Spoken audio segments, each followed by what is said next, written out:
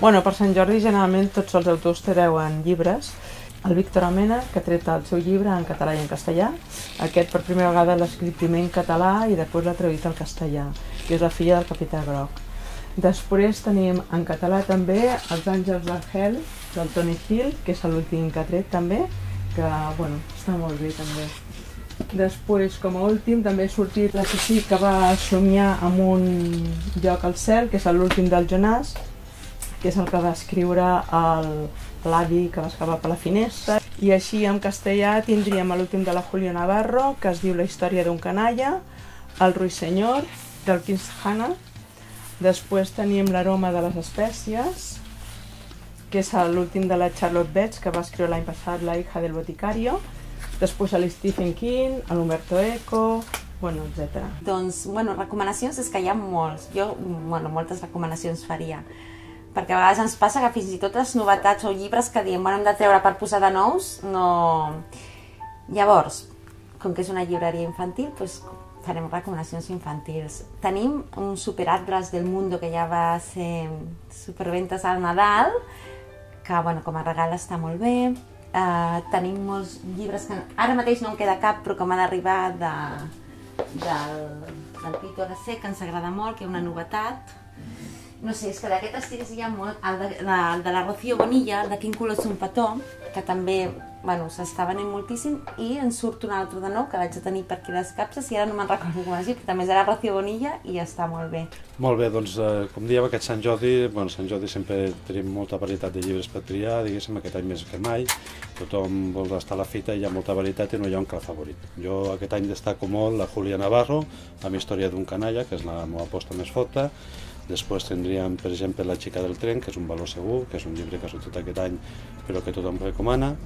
Tenim el nou del Mario Vargas Llosa, en Cinco esquines, molt mediàtic ara mateix. L'últim del John Grisham, també, que no s'ha anunciat gaire, però és un escriptor amb un valor segur. Podríem, del sector català, destacar el Víctor Lamela, amb La filla del capità Groc, que és el Premi Ramon Llull, i, com no, amb el malaurat Umberto Eco, El nombre de la rosa, que és un llibre que tothom hauria de llegir. A veure, la meva experiència em diu que el millor és que caigui de dilluns a divendres. Per què? Perquè la gent està al poble, no es mou, en canvi en dissabte molta gent el divendres se'n va, o inclús el dissabte la gent que treballa sempre li agrada veure l'ambient de Barcelona com és normal i se'n va cap a Barcelona i aprofiten.